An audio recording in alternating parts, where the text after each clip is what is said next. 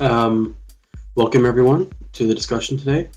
We're streaming across Spaces, YouTube, and Twitter broadcast, and we're going to continue experimenting with new formats in order to bring everyone listening the most engaging content we can.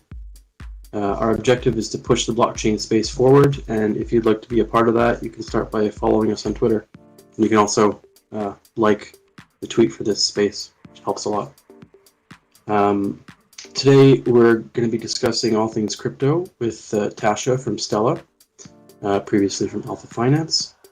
Alpha Finance Lab was a major hub of innovation in the DeFi space with excellent early products as well as such as Alpha X and Alpha Homora. And we look forward to discussing the state of crypto. So, welcome, Tascha. Welcome, Tascha. Thanks both. Glad to be chatting with you, and hope it's helpful to anyone listening now or later as well. So I thought we would start with the present, and I think Jared's going to take us into like the past a little bit, and then we'll sort of like look at the future together. So you've been like an active builder in the space, like a very active builder, like with many projects under your belt for quite some time. So in terms of DeFi, I really see you as like a pioneer of the space. I'd be really interested to get your perspective on sort of like where we've been, where you believe that we are today, and maybe a little bit where we're going. Yeah, sure. So I think if we just focus only on DeFi, right, then where we are now is pretty much like the more, I would say, mature version of back in the days for sure. Because back in the days, everything is all about chasing the yields. No one really cares as much in terms of like where the yields actually comes from. So the quote back in the days were like aping now and research later, right? Which definitely does its job in getting adoption for sure, but I don't think that's the sustainable way. So I think where we are now is based on users, based on what VCs are investing in or what users are looking to to invest or even use. It automatically forces a lot of the protocols and projects building in DeFi to think more on the fundamental level in terms of like, hey, like whether this is going to be something that would resonate to the current users or current VCs, because a lot of the past has been a lot of lessons that were taught and that were learned, right? So where we're seeing now is more of different protocols trying to build something more sustainable, focusing more on real yields, focusing less on just token emission and releasing that as yields, which should be the case, right? But apart from that, like any forks that are happening now are also contributing more value as well. So there are, I think, fewer number of forks that are just outright forks without adding any additions or any better changes to the original protocol that they fork from. So I think that's a good sign in which people actually start thinking more like, hey, like what are they actually bringing to the market and how is it going to be more sustainable?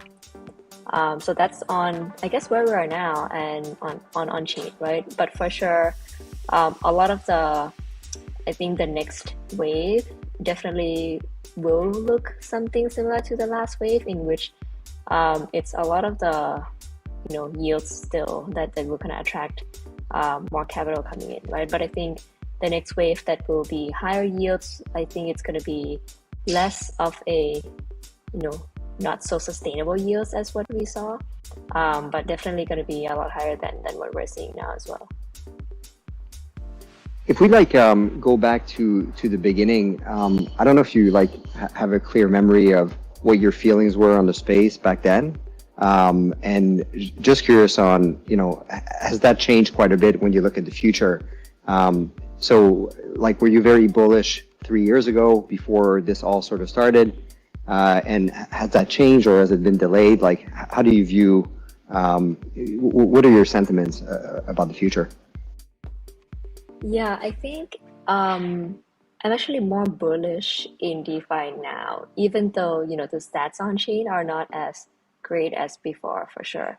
Like the sentiment back in the days were hey, like anyone launch anything, it will just, get usage, which is, a bit weird. Like, it pretty much was a bubble, right?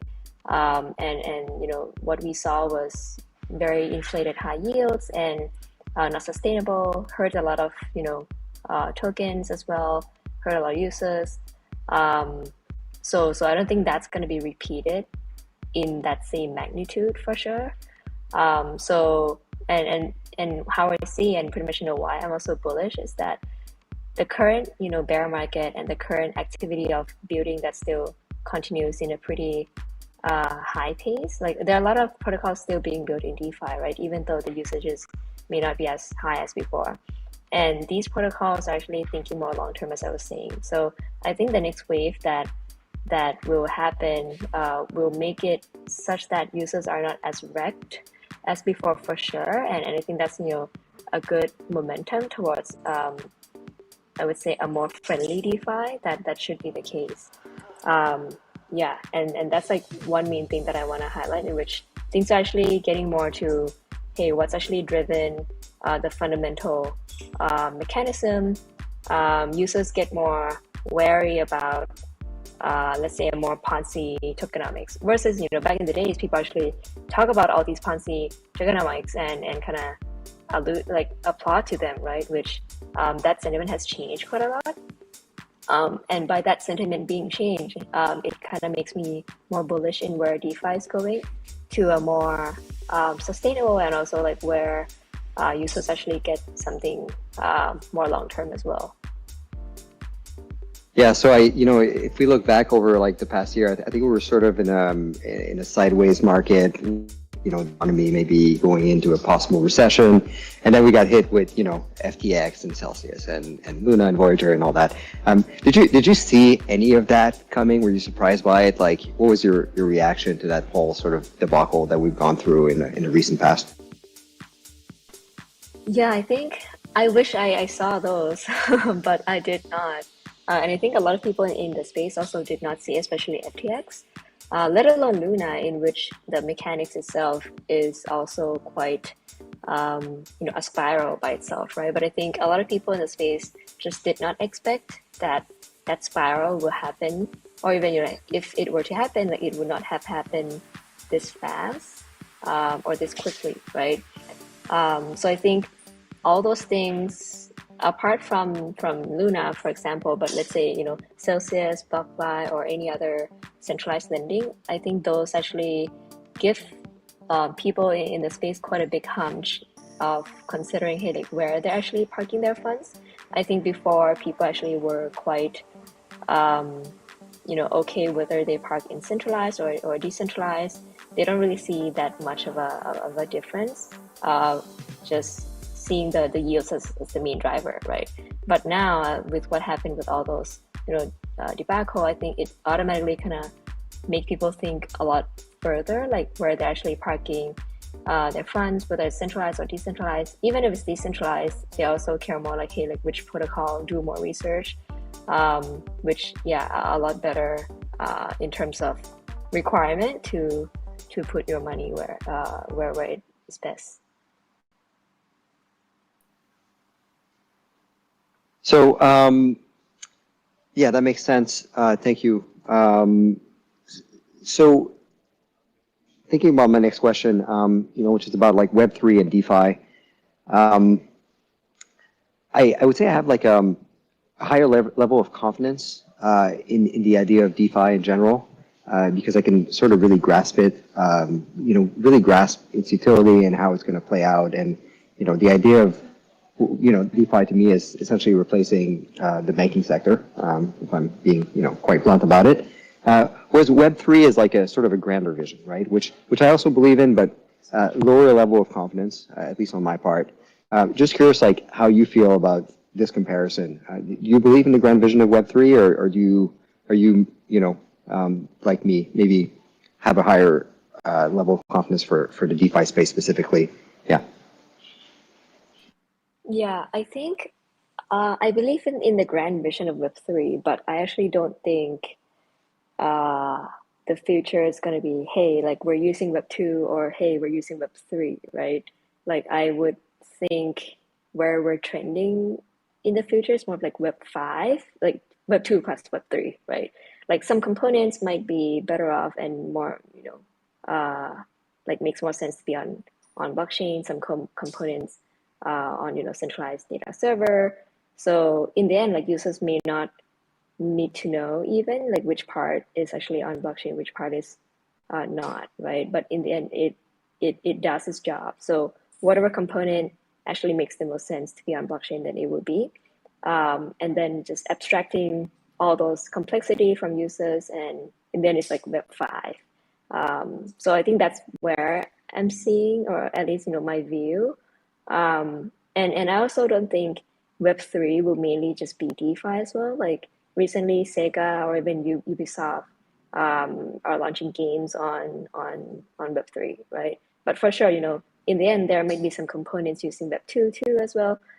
So eventually, there's going to be, a rise of like Web 2 companies adopting Web 3 in the areas that they see fit, so that they can scale faster, so that they can, adopt different crypto tokenomics or the permissionless of token transfer, or even, the fun part of having NFT in their game. So I think like it really is going to be like that merge of applications, and definitely not just DeFi.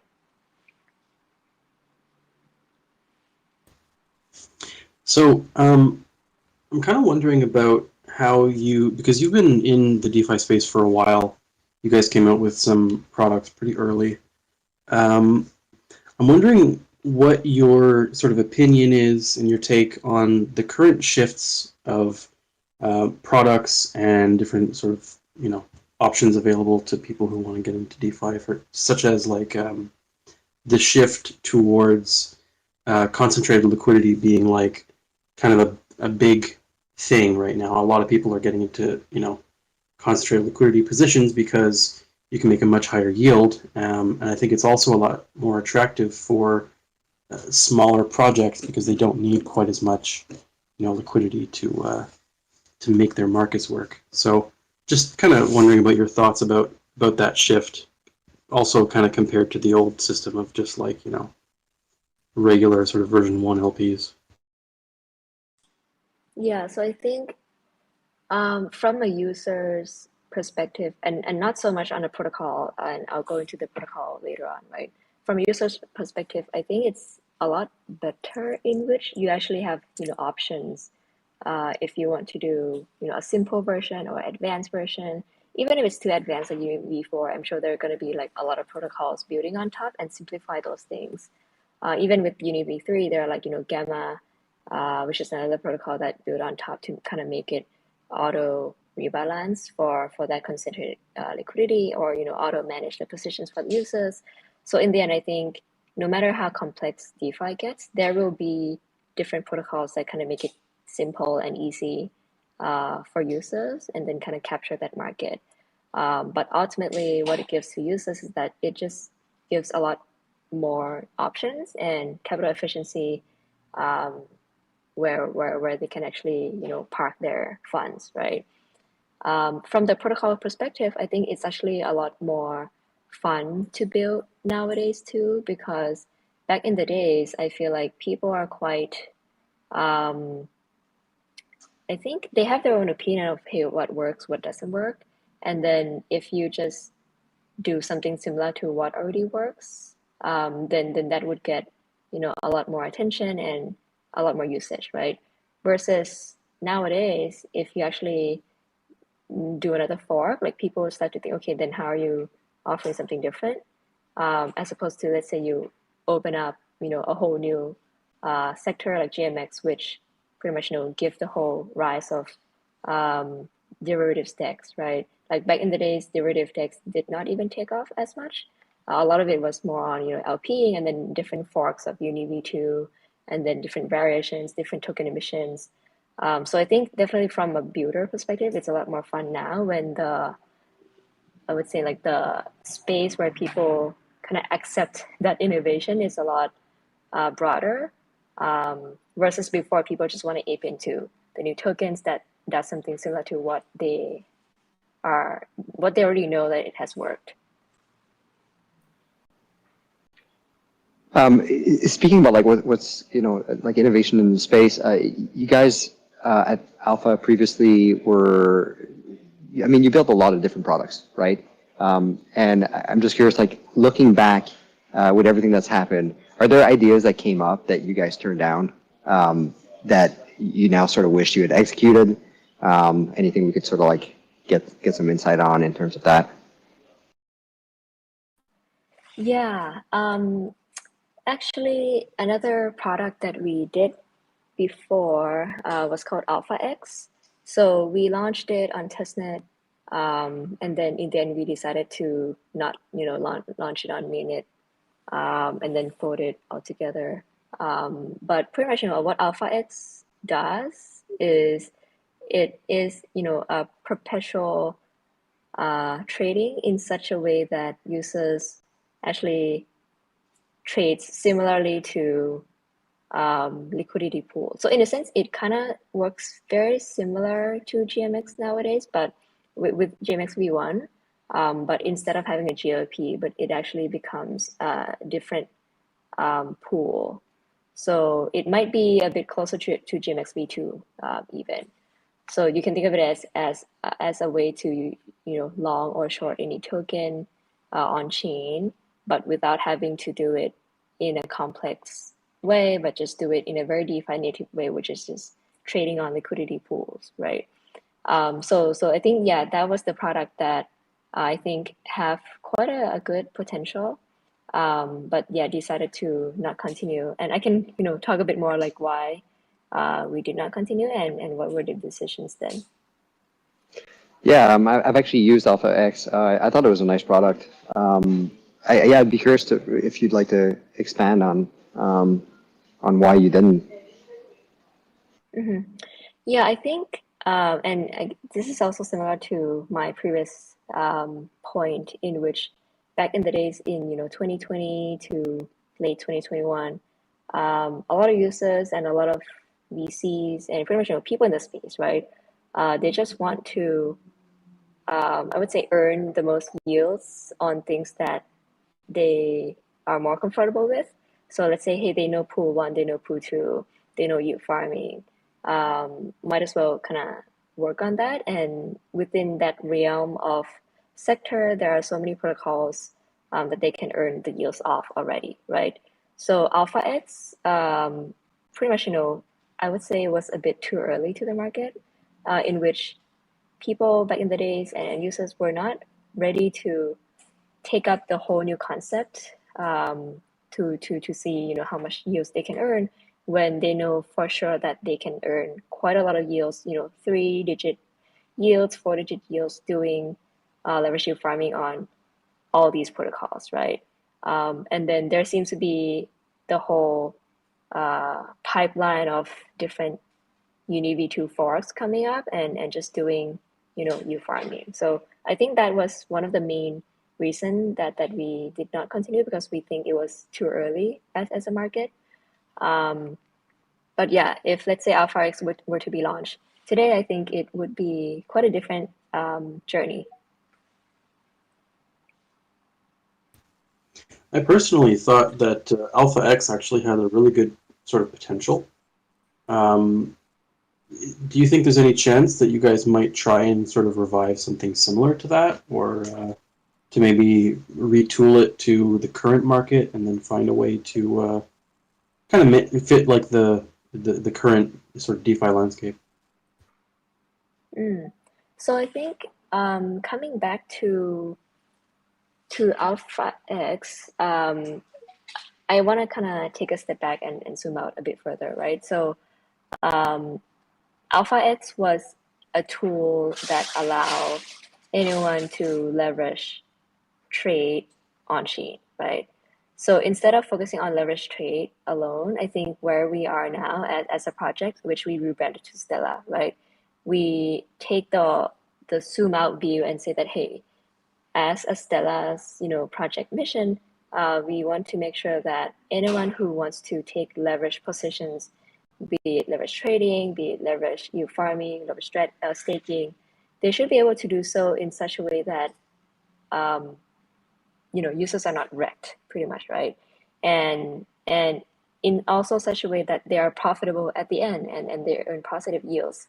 So for sure, like I think the components of AlphaX can be the part of Stella as well, because Stella encompasses, the whole mechanics that makes users earn positive yields on doing leverage on chains. Just that right now Stella focuses on leverage LPing, leverage yield farming, and also leverage staking. And then yeah, we can also kind of later on expand to leverage trading. And I think the key thing about Stella that's also something super unique, because we have been in DeFi for multiple years and dabbled into leverage DeFi throughout all those years, right? So we kind of know like what are the big gaps in leverage DeFi and what are the pain points from users, and pretty much taking all those learning and insights, we built Stella to be the leveraged protocol such that people don't have to pay any borrowing costs, and then in the end, whether they profit or not, or whether they earn yields or not, then we just take the yield cut based on that. So when the fundamental mechanics is based on that, and we call that as pay as you earn model, right? So when the whole mechanics is based on pay as you earn, you can actually do a lot of things with it. And what we were trying to achieve with AlphaX can also be done through Stella as well, in a better, improved version. Okay, that kind of makes sense. So I've personally used both products. I did use Alpha Homora pretty extensively. I also used AlphaX when it came out. And so I can kind of see a benefit for both of those products. One of the things that kind of stood out to me was that you could also kind of take a similar approach with Homora if you kind of structured your positions correctly. Obviously, there's IL involved, but if you're aware about how the impermanent loss works, you can kind of get into a certain position if you're expecting, let's say, a certain turn in the market, and you can actually take advantage of that while yield farming, and your yield farm is also leveraged. So I think that's a pretty good possibility. Is this kind of the same thing that you can do with Stella now? Is that kind of your vision, or you may have just said that, but I'm just curious. So I think whatever ways of leverage that Stella supports, it will be, based on the fundamental model of pay as you earn, because we really think that in order for leveragers to have, the go-to place to do leverage on chain, it has to be in a pay as you earn model, right? So what pay as you earn model is that you don't have to, as a leverager, like you don't have to pay any borrowing costs, because on DeFi strategies, you don't really know if you're going to be earning positive yields, right? So in the end, like we don't want to create a product in which users end up having negative P&L plus having to pay all these high borrowing costs, because for any leverage protocols, if it has borrowing costs, it would usually be tied to utilization rate, or like how much people are borrowing, right? So always, almost all the time, it would be pretty high. So we don't want to create a product that in the end, users are not getting value from the product. I think this kind of product works back in the days because the yields in DeFi are like 4-digit, right? But now when it's like 1-digit, 2-digit, it really kind of doesn't make sense to have that same way of working anymore. So sure, like we can support leverage trading as well, but it would be based on pay as you earn model, which only Stella has, and all the other leverage protocols, including Alpha Homora, was based on the old model, which relies on the interest rate tied to utilization rate. Okay. I want to get into the Stella platform in a minute, but first I kind of want to go backwards a little bit. I did kind of want to ask you about the experience that you had, like personally and professionally, running Alpha. I'd like to know about your experience with Cream Finance, because I understand it was a challenging situation at the end, but from beginning to end, can you kind of walk us through the process of how your sort of integration started with Cream and kind of through, to the point where the exploit happened, and then sort of after that point? Sure, yeah.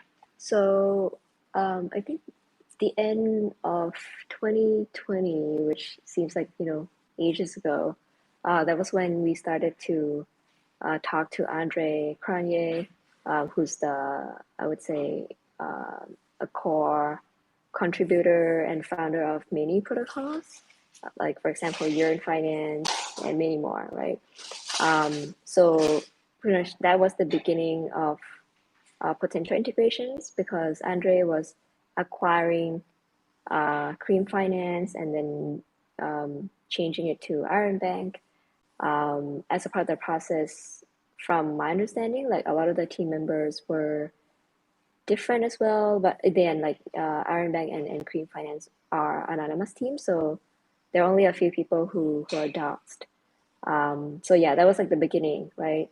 And the protocols and the ecosystem that Andre built were quite massive back in the days, and a lot of the protocols were synergistic, like could be synergistic to Alpha Homura as well. So we thought it would be, like a good next step forward to work with Iron Bank, right?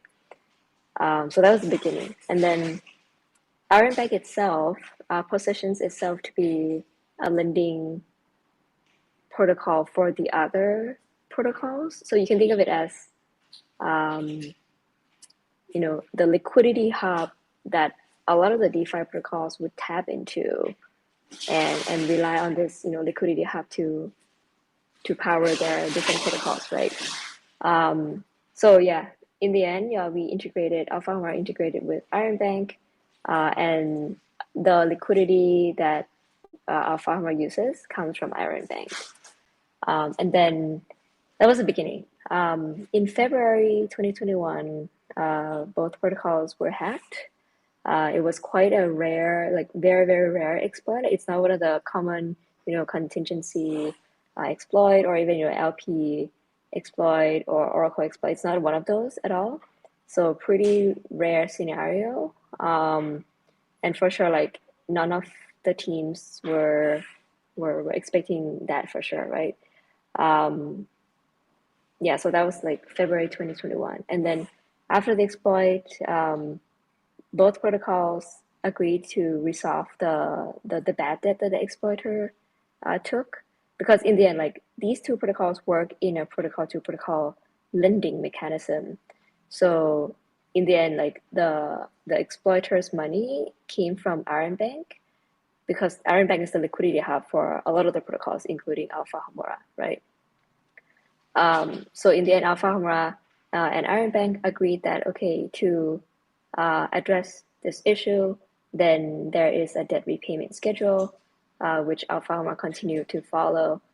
And then there is also a 2x collateral. So the value of the collateral at the time of the agreement was 2x of the exploited funds. And then the agreement also stated that if the collateral value dropped to 1.66, then Iron Bank can liquidate, because in the end, like, Iron Bank is the liquidity hub, and the hole is in Iron Bank if collateral was not liquidated, right? So yeah, that was the agreement, and then that continued for until now. And then unfortunately, in March of this year, so 2 years later, Iron Bank froze users' funds on Alpha Homura. And what they did was that they upgraded the code to freeze users' funds, and simply, not allow users to withdraw their liquidity, right? Which is also, like, unheard of in DeFi, because in the end, like, the ethos of decentralized finance is that you should not have, outright control over the protocol, let alone the funds, right? So that happened in March. So after like 2-3 months of users negotiating and Alpha Homura negotiating as well, in the end, users voted to stop negotiate and then push on the legal front against Iron Bank. And how is that going? The legal case. Yeah, from my understanding, users have, continued to progress since then. So it's still in the progress of following the legal process. So I was not caught in those pools personally, although I did use Alpha Homura in the past as well. But I've heard from other Alpha users, there's like a little bit of frustration, or there was like the perception that Alpha didn't really go after the exploiter as hard as they could have, or didn't do it in like a timely manner. Would you like push back on that, or do you have like any comments on that idea? Is that correct or incorrect? Yeah, I can share and also share it before in different socials like Telegram, Discord as well. So since the exploit, we already worked with like 3 on-chain security firms. None of them were able to pretty much trace to the identity because the exploiter, the only tool they use is Tornado Cash, right? Which is a mixer. And a lot of the trends that like pretty much the exploiter did not leave any trends or traces. There's no VPN traces. There's no IP traces at all. So in there, like there's no like crumbs to even go to the identity of the hacker. So those took quite multiple months because we work with multiple on-chain security firms as well. Yeah, and then I think after that, a lot of the efforts were more on making sure that the funds that are stuck on Aave or Curve, because the exploiter took the funds to Aave and Curve, afterwards, right? So a lot of efforts were on negotiating and discussing with Curve and Aave to see if there's any way that they can, upgrade the protocol to freeze the funds. But in the end, like, yeah, both teams said that the codes are non-upgradable, so there's pretty much no way that they can do it. Yeah. So, can you walk us through the thought process behind sort of maintaining the integration with Iron Bank following the hack? I'm just wondering, like, if you saw any red flags at the time, or if if you guys had considered sort of building something in house to switch off of the Iron Bank. I don't know how complicated or challenging that might have been, but I'm kind of just curious about the sort of alpha side of the Iron Bank situation following this exploit. Yeah, I think the rationale was more of like so think of it as two protocols going through the exploit together, right? So in the end, like it would not be nice to kind of ditch the other party in a sense. So I think that was the like the natural progression there. And a lot of the team members, because they're anonymous teams, a lot of the team members back then were very cooperative and also like very quick to let's say respond to any integrational works that both protocols need, right? So it was very like friendly working type relationship. But over the years, I don't know if their teams have changed as well, but since they're anonymous teams, that kind of led to them freezing the users' funds. So, yeah, Jared, do you want to go ahead? No, I was just gonna say, like, thank you for the sort of full explanation. There were some things that I was personally curious about, and yeah, I think we're gonna move on to the sort of future section now. Yeah, I mean, I would have like one last thing just to close out the topic, more like on a personal note and sort of the psychological impact that something like this has on your team.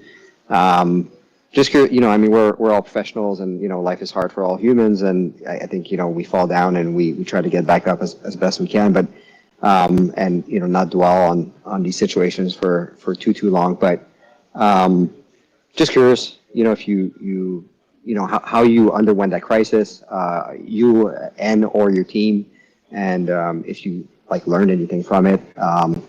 Yeah, I've never undergone anything quite like that specifically, so just curious if you've retained some key lessons there or not.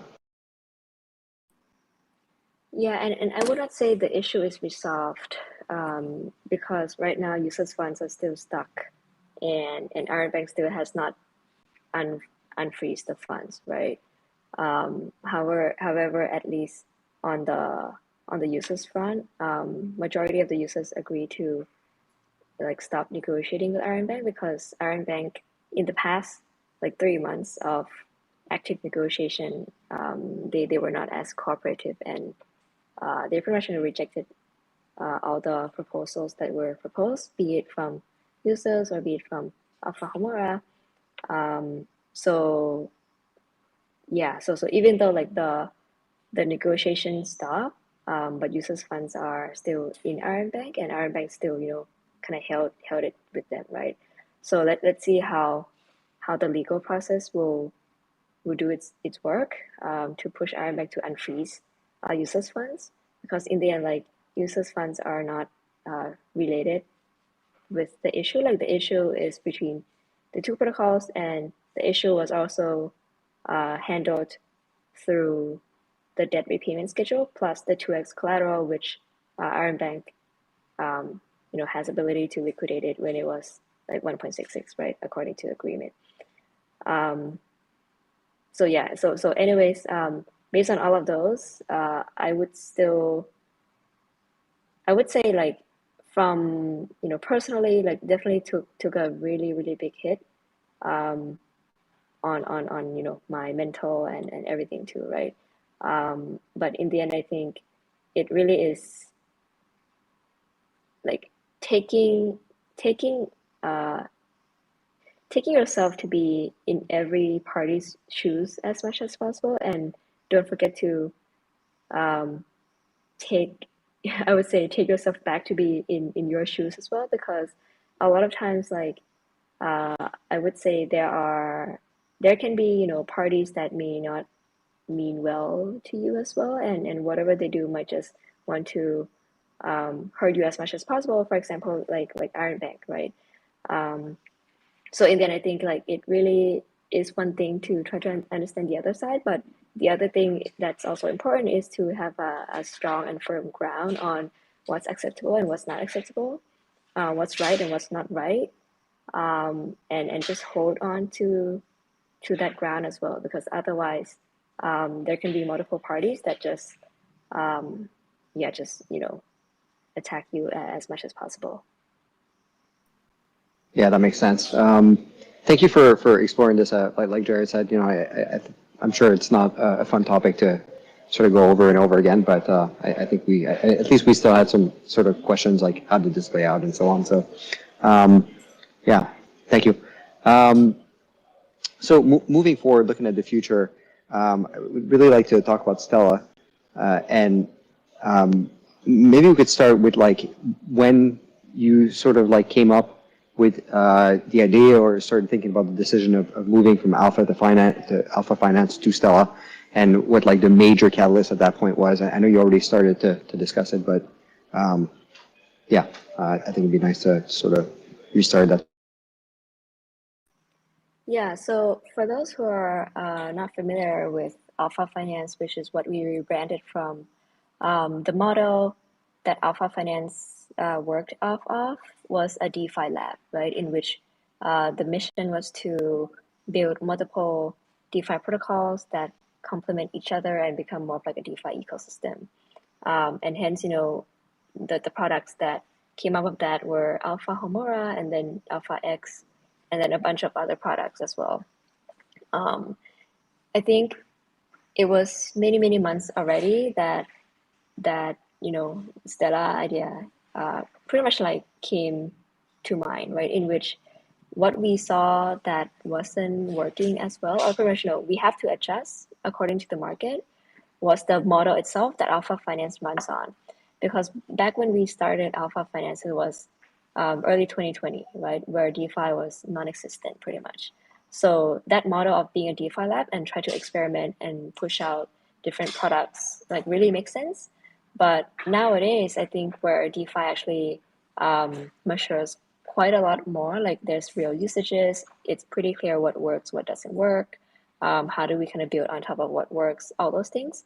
So the model of having a DeFi lab actually can hurt as well, because, for example, in order to launch a new product successfully internally, or the core contributors also have to be very equipped to kind of drive that product, right? Because otherwise it would just be the same group of people running multiple products, and then your energy and your focus is quite diversified, right?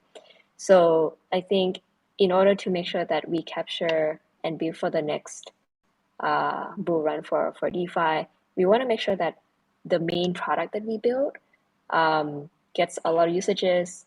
And then once we get to that point, then we probably gonna work with external projects to build on top of what we have, right? Because in the end, like I think if we build too many products internally, we're going to be quite diversified by itself, unless we can for sure like spin off different people internally. But I think that also takes quite a lot of time to train and everything, right? So the whole model pretty much shift to make sure that we fit better with the next bull run of DeFi. So I think that main thing was the main catalyst, and this catalyst was already realized like since like Q3 of 2022. And then after that is more of like, okay, how do we make sure that this positioning is clear? What kind of positioning should Stella take? Which part of DeFi do we want to play into to make sure that it is specialized to a certain point, but can also expand and scale to become an ecosystem by itself as well. Interesting. Would you be able to, I know you've already broached the subject of pay as you earn, but could we do a semi deep dive into what that means exactly? Yeah, so pay as you earn is the model that Stella is based off of. And to take a whole step back, Stella's mission, right, is to make sure that there is, a leveraged place where users can go to take any kinds of leveraged DeFi strategies in such a way that users are not wrecked. And the reason that I say not wrecked is because a lot of the other leverage strategies protocols out there, it's based on the old model when DeFi market is like 4-digit yield. So it doesn't really applicable or apply to the current market. So when you kind of take that old model, you in the current market, in the end, it wrecks the users. And how Stellas create a whole new way of doing leverage is based on this pay as you earn. And how it works is that as a leverager, like you can come to take all kinds of leverage strategies on Stella without having to pay the borrowing cost at all, right? In all scenarios. For example, if you want to leverage LP into ETH pool, right? Instead of taking the money that you have and just providing LP directly, you can lever up in your position, so borrow some capital and then input both the input capital and the borrowed capital to do the work for you without paying any borrowing cost. And then by the time you close your position, if you're profitable, then Stella is going to take the yield cut only when you're earn positive yields, right? If you don't earn positive yields, Stella doesn't take any cut. So by default, like the leverager's perspective would always want to use Stella if they were going to already take certain strategy, because they would have that ability to lever up their position, and the fee that they pay is only when they make that positive yields. So that's how it works from the leverager's perspective. And then the yield cut that Stella takes actually becomes the lending APY. So it becomes the yields to the lender who lend their capital for these leveragers to lever off of. And what that means for the lenders is that there's actually no maximum cap to how much they can earn as a lender, because they earn a percentage of the yields that leveragers make. So pretty much, there's no maximum cap to how much lenders can earn, which I think, this whole payee model, like peer-to-peer model, it aligns the incentives really, really well. Like the top of the funnel is the yields in DeFi on leverage. And then the middle of the funnel is what leveragers earn. And then the bottom of the funnel is what lenders earn. So everything is all aligned in terms of incentives. So as a protocol, like Stella is really incentivized to make sure that whatever strategies Stella supports or whatever assets Stella supports, it better generates, high yields to users, because that's whole model that Stella builds off of.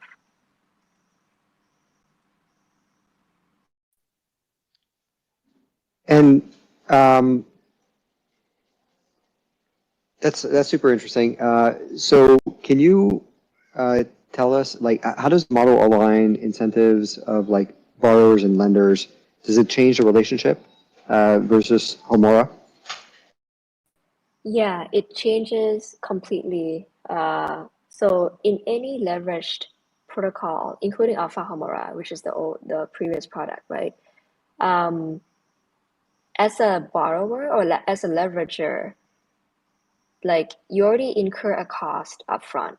Like once you take that leverage position, you already have to pay the borrowing cost, and it accrues, and that cost is also variable and can be super high as well if the utilization rate is high, right? And all of that happens without you actually knowing if you're gonna earn positive yields at the end from taking that leverage positions. So it really doesn't make sense at all from the borrower's perspective. From the lender perspective, they also don't really care if borrowers, make money from their lend capital, because if anyone already borrows my capital, then I already earn the lending APY, right? So lenders pretty much don't really care about the borrowers as much.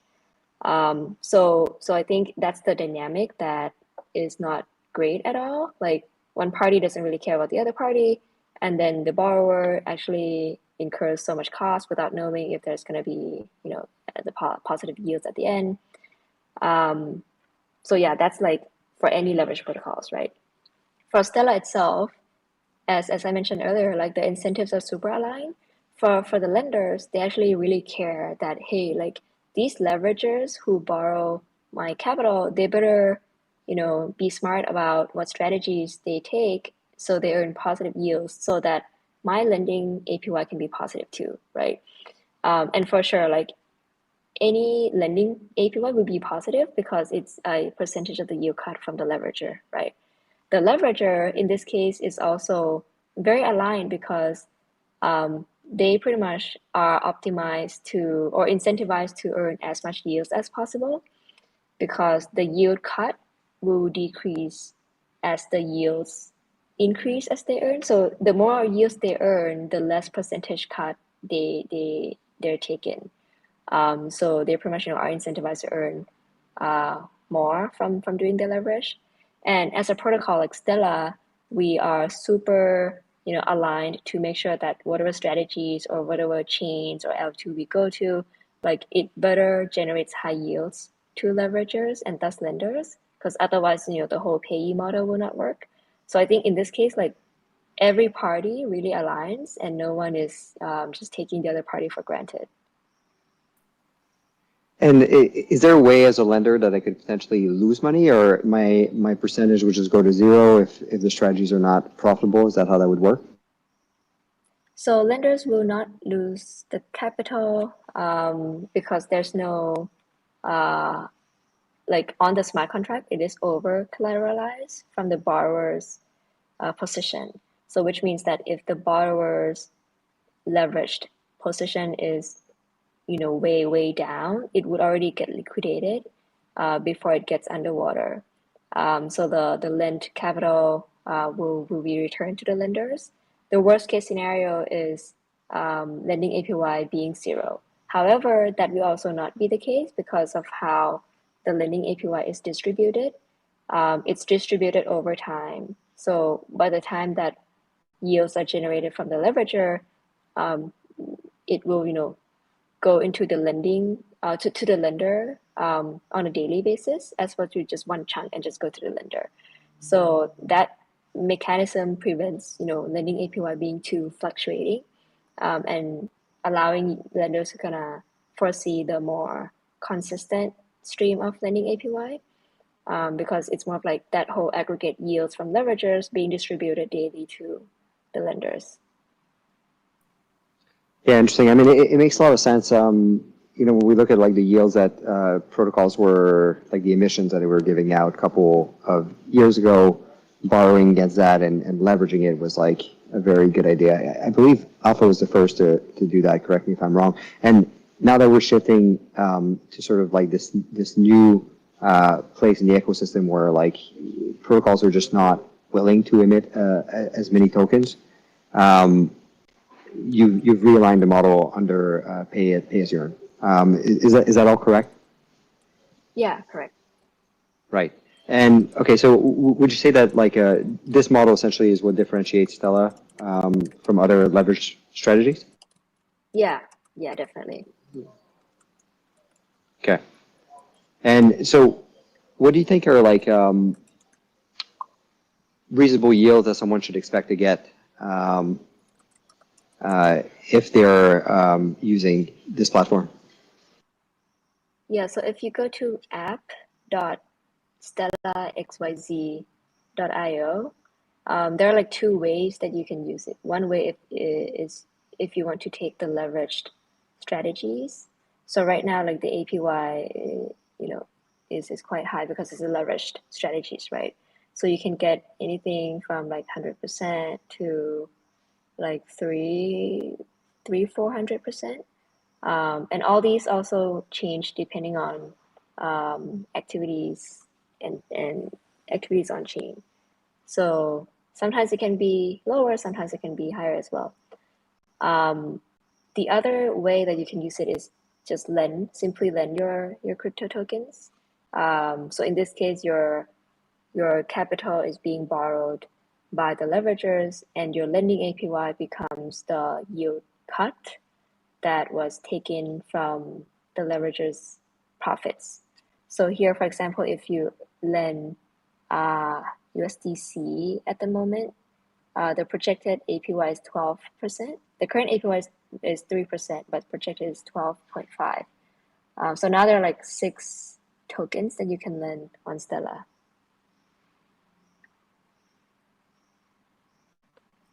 So I'm kind of curious about your sort of the way you see different strategies going on Stella. I'm kind of like specifically curious on for somebody who's like opening up a position. What would you expect the sort of optimal position to be in? Is this considering it's like pay as you earn? I'm guessing your borrowing fees are going to be reduced. So is this like sort of better than before if for like long-term positions? Because one of the things that I was kind of have a bit of an issue with in the past was that if you open up a long-term position that you want to LP in, if you have a sort of a period of low volatility or low volumes on your trading platforms, sometimes that borrowing fee can kind of eat into your collateral. And so does this kind of solve some of those issues for long-term positions? And also, just curious what other kind of benefits it might pose for people who want to just do short-term positions. Yeah, so on Stella, there would be no borrowing cost at all. So not just lower, but 0%. because simply like there's just no borrowing cost, right? Right. Yeah. But It's really, once it's you kind of close your key to close. positions, if you earn like positive yields, then there will be some yield cut. The more yields you earn, the lower percentage of cut it will be. Um, so so so by that model itself, it means that yes, like longer term positions, you actually like you're not you don't have to pay all that incurring borrowing costs that you would have to on the other protocols. However, like on Stella, the max length period that the protocol allows users to open is 30 days. So before the 30th day, you should close your position because otherwise it will also be subject to liquidation as well. And the reason we do that is because we don't want users to just keep the positions open like 10 years, right? Because in the end, like the profits or the yields are realized by the time that users close the positions. So we want to prevent that open interest accounts. So that's like a way to do so. For short-term positions, it works exactly the same, right? So you don't have to pay any borrowing costs. Once you want to close your positions, let's say if you are netting 50% APY from doing, let's say, ETH leverage pools, right? And you want to close it, then you can close it as well. So there's no harm in closing early. So once you're happy with your yields, then you can close it as well. If you're not happy with your yields, you can let it open without getting penalized for having it open. The only thing that you have to monitor is that making sure that your position is not liquidated, because the longer time, like the more unprofit that position becomes, the higher chance that it can also be liquidated as well.